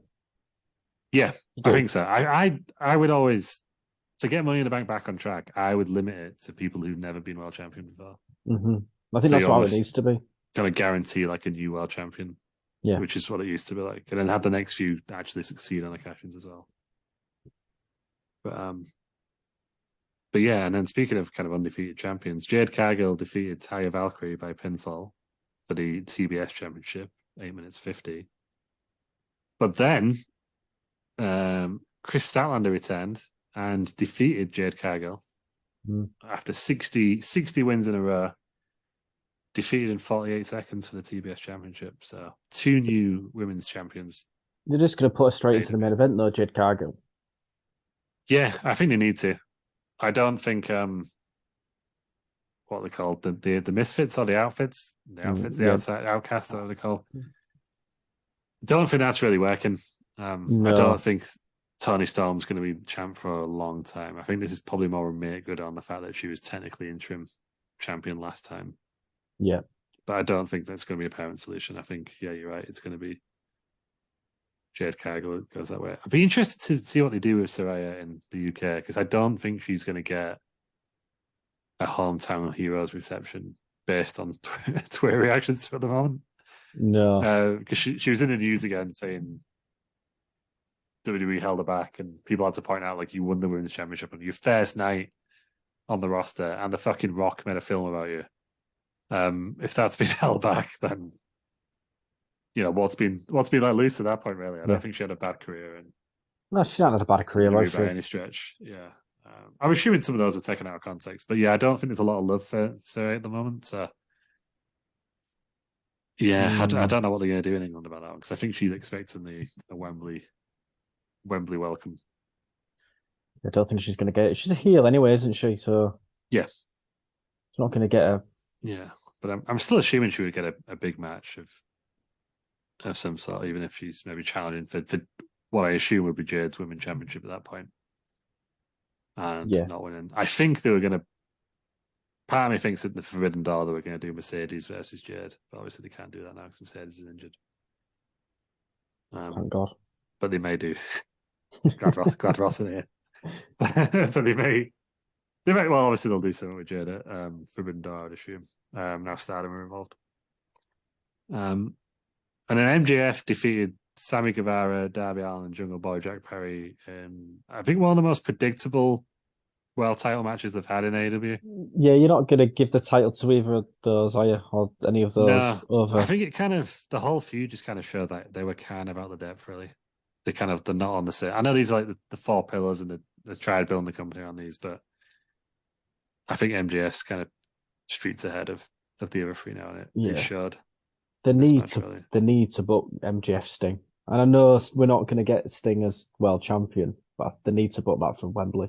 I think they should do that for Wembley. And have that as Sting's, he wins or he retires. So you kind of know he's going to retire, but you don't know. And then, and then he has a few close near falls. I think that'd be an awesome way for Sting to go out. And then, breaking news, Layla Hirsch of AEW fame is nearly fit. She must have been injured.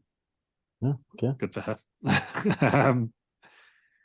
But yeah, MJF's press conference comments were quite funny again. He was kind of just openly floating the idea of going to the WWE next to Tony Khan. Although I think he was in storyline this time. I think Tony Khan's reactions were intentional. But I'm assuming that it's when CM Punk returns, which may be announced tonight because Tony's got another huge announcement.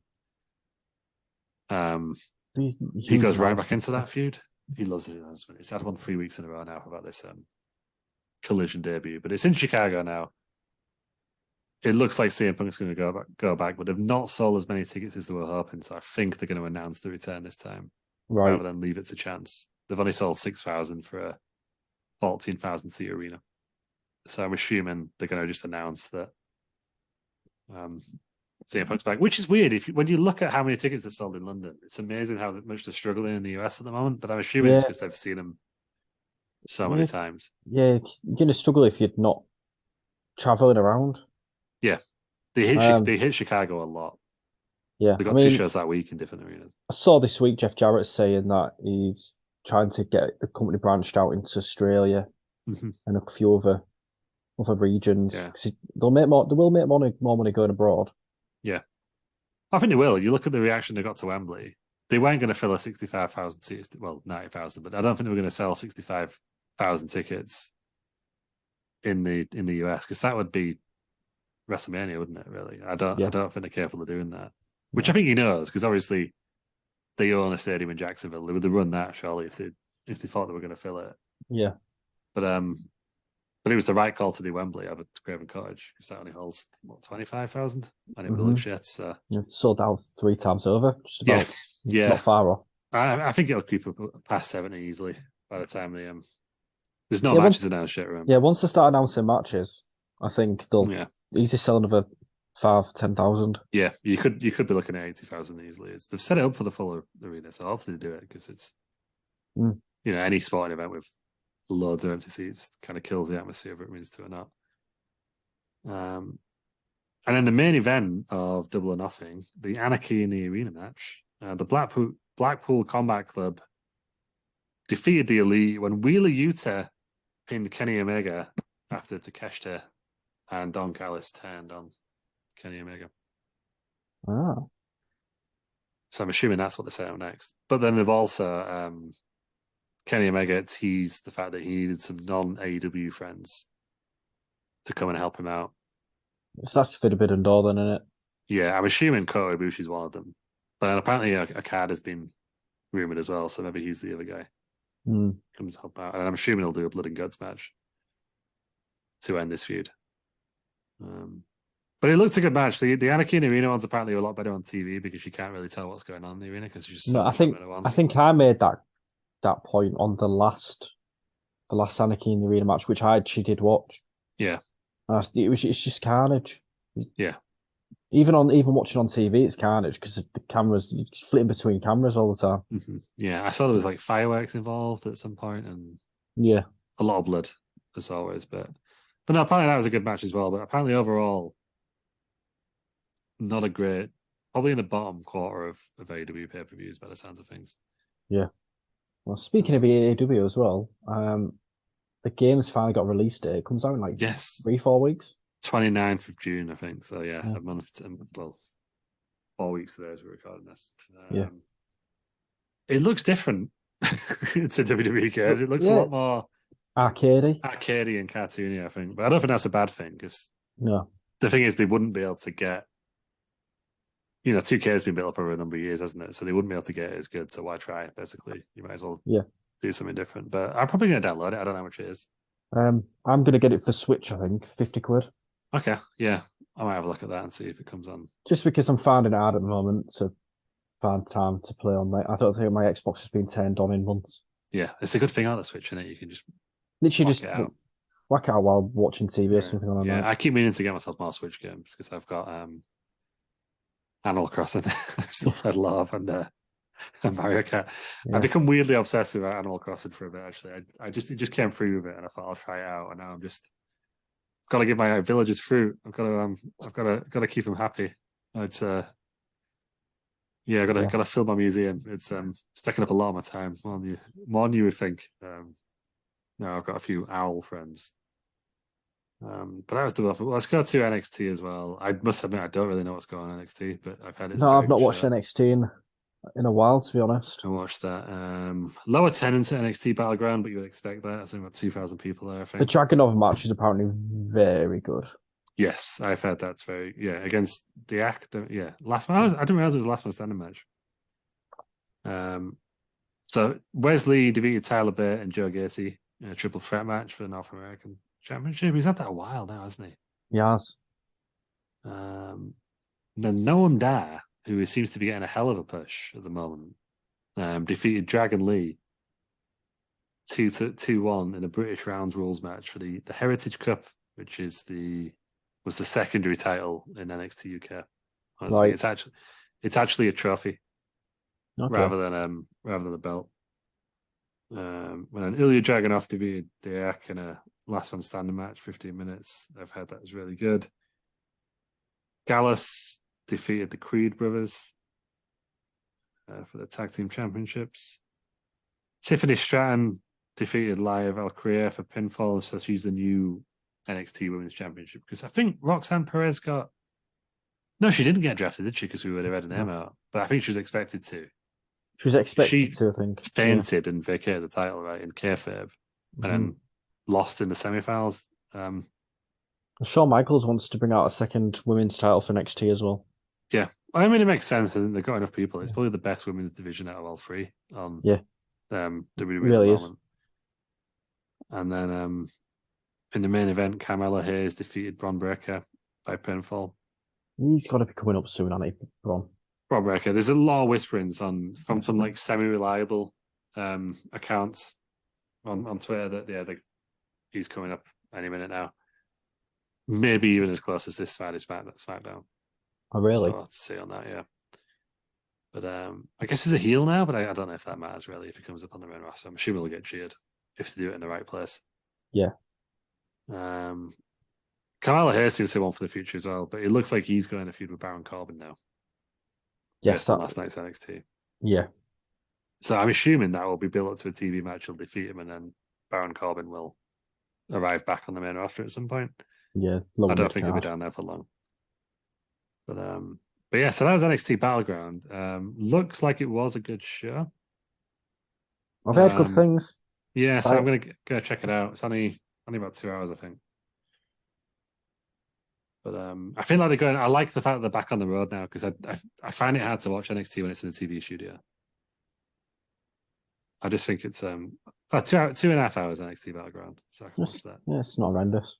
But yeah, I think when they're in a TV studio, I think the crowds just kind of just doesn't sound right. I think, but it's like in an arena, you just get a better atmosphere. That you said, I'd happily watch them again if they were back in an arena and more takeover style. So that was that. Bit more news. I guess the big news was Gangrel's favorite Taylor Swift song. It's been revealed. Which is Aaron, have you seen this? Do you want to have a guess if you haven't? I've seen it because you sent me it. Of course I did, yeah. That's how these work. Yep. It's Shake It Off for those people at home, really. It's not a best song, is it? It's not a best song. No, which one do I like? I like Love Story. That's a good one. Love Story. Banger. It's Welcome to New York, I think. I would go with. Just got a catchy chorus, I think. No, Shake It Off. What's the other one? It's gonna bug me now. It was on 1989. Well, I'm not sure. I'm just gonna search for this now. There's a lot of albums since 1989. No, she releases a lot, doesn't she? Blank Space, that's the one. Oh, yeah, that's a good one. Blank Space, hell of a tune.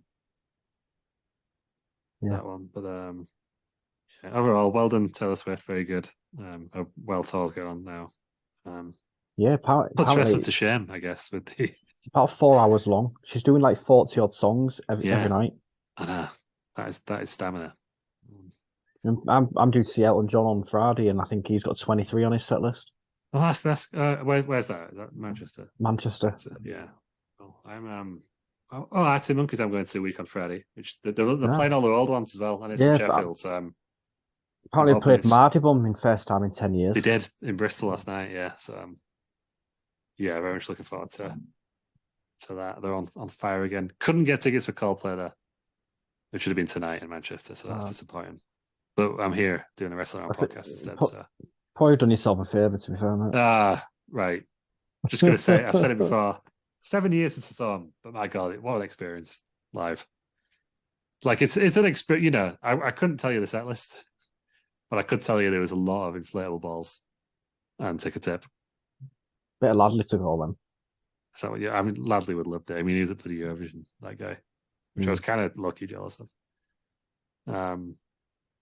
But yeah, so Gangrel said, "I'm not paying tribute to T Swizzle either, but I do like her. I just heard it the other day that 13 was her lucky number, and I went, oh, that's so cool."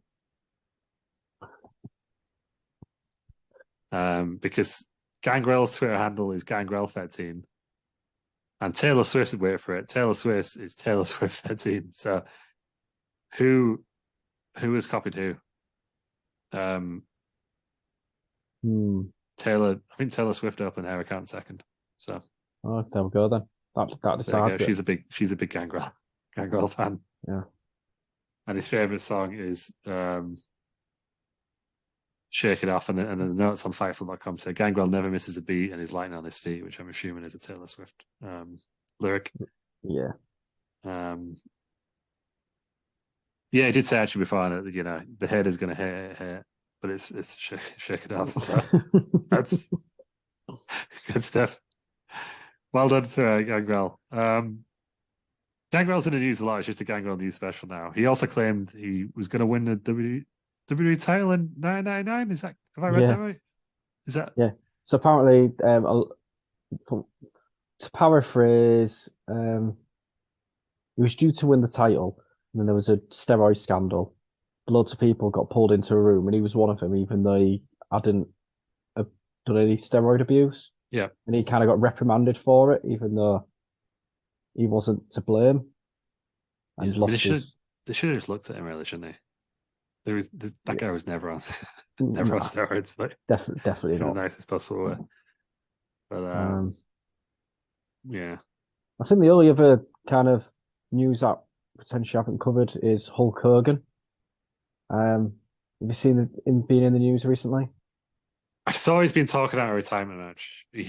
Doesn't he? He hates. I think we've cut it before that he hates the fact that his last one was in TNA. Yeah. So basically, he said that Shane McMahon approached him for WrestleMania 39. Yeah. And said, "Do you think you've got one more match in you?" Because I think Shane wanted to wrestle him. God. which would have been god awful. Yeah.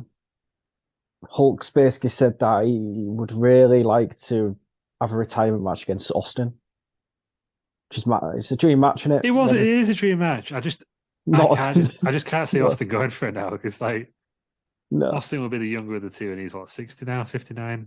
Yeah. But apparently he's doing a lot of rehab. Is Hogan? Yeah. Trying to get back in shape. He feels better now. He's been doing some CBD oil. Oh yeah, he has a weed farm somewhere now, doesn't he? Or he sells weed. He sells. He's definitely got a weed company. Right. I was reading it. Let me, before I just besmirch Hulk Hogan. I guess it's legal in California, isn't it?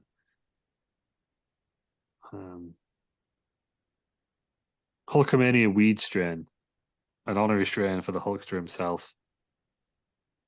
He's launched a. So this is on WrestlingJunkie.com, which is part of USA Today. So I'm assuming it's legit.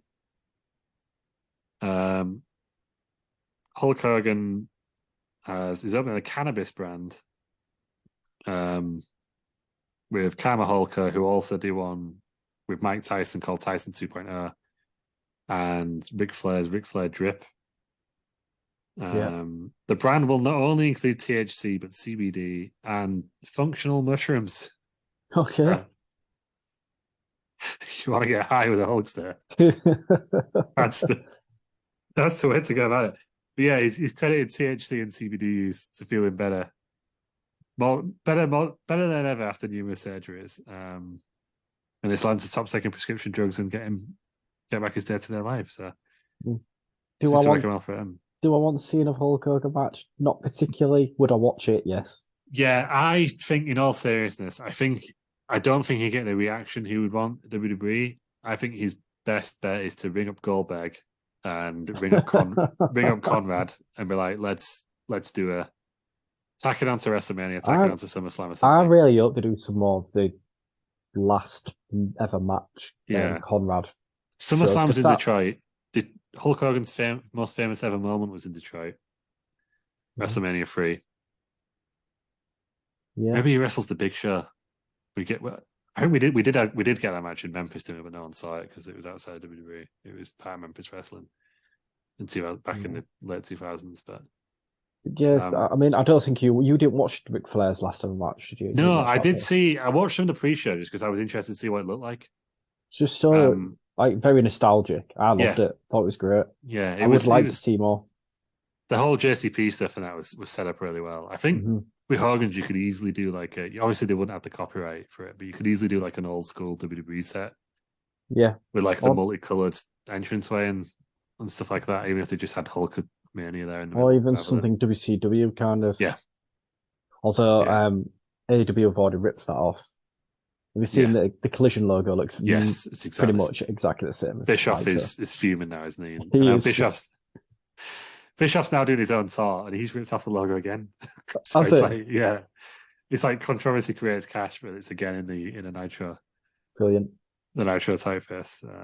He's touring the UK, but going nowhere near Yorkshire or the north of England. Basically, he's doing the classic go down the west coast. What they all do. Yeah, Glasgow, Manchester, and London, I think, on like a Monday night. But that is Hulk Hogan on the weed. But yeah, Ryback is also looking for a retirement match. He's challenged Goldberg. No one wants to see that match. No, I feel like 10 years ago when Ryback was getting over and everyone was chanting Goldberg, if Goldberg had interrupted at that point, I think we would have thought, okay, this is pretty cool. Yeah. But again, like with Hulk Hogan, the moment's gone. The best that Ryback can hope for is getting on the card of Hogan's last match. As we just discussed, basically. And I don't think anyone's going to touch him. Yeah, unless I don't know, like Gangrel. We put them all together, everyone, in this news article. I'm still hoping for Goldberg Sting. Yeah, I think it'd be cool. I'd be interested to see Goldberg in AEW. I know that the hardcore fans kind of shiver at the thought, but I actually think that'd be pretty cool. Well, it's been again in the news this week because Tony Khan says they have spoken, but it's because they're friends apparently. Yeah, I can't imagine them two going for a pint if there's not business talk involved. It's got to be something on the cards, aren't they? It's got. I think if he's teasing it before the year's out. I think the only thing that Tony's got wrong in his teasing was when he teased Sasha Banks and then she didn't come in. Yeah. But for the most part, if he teases something, it tends to happen. Mm-hmm. So, yeah, I think he would have done the classic, we've not talked, or I'm not going to talk about that sort of thing if that wasn't the case. So. Goldberg v Sting at Wembley. Yeah, I'd love to see it just because I think that would be kind of all of our Friday night Channel 5 memories in person. I saw Goldberg like in the going to the Hall of Fame, and I thought that was pretty cool. Mm-hmm. So we saw the entrance at WrestleMania, but that was when we thought he was retired. But actually seeing him in a match would be, it ain't gonna be a 5-star classic. Well, it might be on a Frankenstein ratings. Anything I think 5 stars would be quite low. I'm assuming it's like a standard 10 stars from the start that match. Or yeah, at least. But no, I think that'd be pretty good actually. I'd love to see. I'd rather see that than all these fucking random British indie wrestlers who are trying to get on the all-in card. I think. Yeah, there's a lot of them like, oh, we need some British representation. Like, it's no, we don't. Like, we're not. I've not. If I want to see the British guys, like, no offense to them, but we could pay 15 quid for a progress ticket, right? We don't want to see that.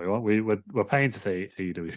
Basically, we're paying to see the big American the roster's quite big enough that they're not going to run out of talent. Exactly. Show. I don't. Maybe I will accept Nigel McGuinness going out retirement for one more match in front of his in Wembley because that'd be a really nice way for him to finish his career. Mm-hmm. If he was like against Danielson or something, but I think other than that, I just want to say AEW, mate. I don't want to see some random British guys I could see at a youth club any other weekend. 100%. Yeah. I think that's all the news. Have I missed anything out? I think we've pretty much covered everything. We've covered everything else in the show. Go along. So congratulations to Alexa Bliss again, and commiserations to that fucking nut job, who always tweets about it under like every WWE tweet. I don't know if you've seen it. I won't repeat the allegations on here, but gross. The big breaking news to end the show. Phil has confirmed for AEW. Yes. All in. Phil is all elite. So that's the way that's going. That's happened. So we will be seeing Phil in London. And I think we'll end it there. So he might actually get to review a show of us this time because Ross will have seen it live as well. We'll have to wait a year for Ross to watch the pay-per-view. So remember getting Phil on the podcast. Ross doesn't watch any pay-per-views nowadays. He doesn't even appear on his podcast. But no, he's managing in the Europa League final, whatever he's doing tonight. But hopefully we'll be back next week. We'll wrap it up there. So this is going to come out. I don't think I need to edit anything out tonight. So this is going to come out Wednesday night, late Wednesday night. And then hopefully we'll be back next week. What are we doing, Aaron, next week? We need to catch up with WCW, I think. Yeah, 2 months behind again. We'll put Judgment Day on the So back. are we Spring Stampede 98? That's the one, yeah. Because we've skipped out on Center because we've done it. Yeah. We did it last year, didn't we? Okay. Yeah. Right. Spring Stampede 1998. Hopefully next week, or like Summer Stampede next week when it actually happens. And obviously, Aaron, it'll be very close to your birthday, so there may be a special guest appearing on the on the pod. But we'll wait for next week to confirm. Can we beat Gilbert from last year? I don't think we can. But we'll that's up there, isn't it? Yeah, we'll try. Or Gangrel, who's wormed his way into every news report ever since that. But I think we made Gangrel a star. Like, there's a lot more Gangrel news since he was on the podcast than beforehand. Disappointed to like a Gilbert. Maybe we should just book Gilbert again. Let's make it a yearly thing. Well, but you'll all see next Wednesday, so join us for that. Aaron, where can we find you on Twitter? Frankenstein91. I've been quite slow in recent times with my booking ideas. I need to book my ideas up. Speed it up, book them out. Yeah. And you'll see me at Lou Markham. Again, I don't think I've tweeted much recently, but I'm going to try and get back in the habit. And then you can technically follow us all at Rest Around, even though the bot's broke. Can't get it to work again, so I have to manually put all the shows on there. But I'll hopefully get that back up and running soon. And we'll see you all next week on Wrestling Around.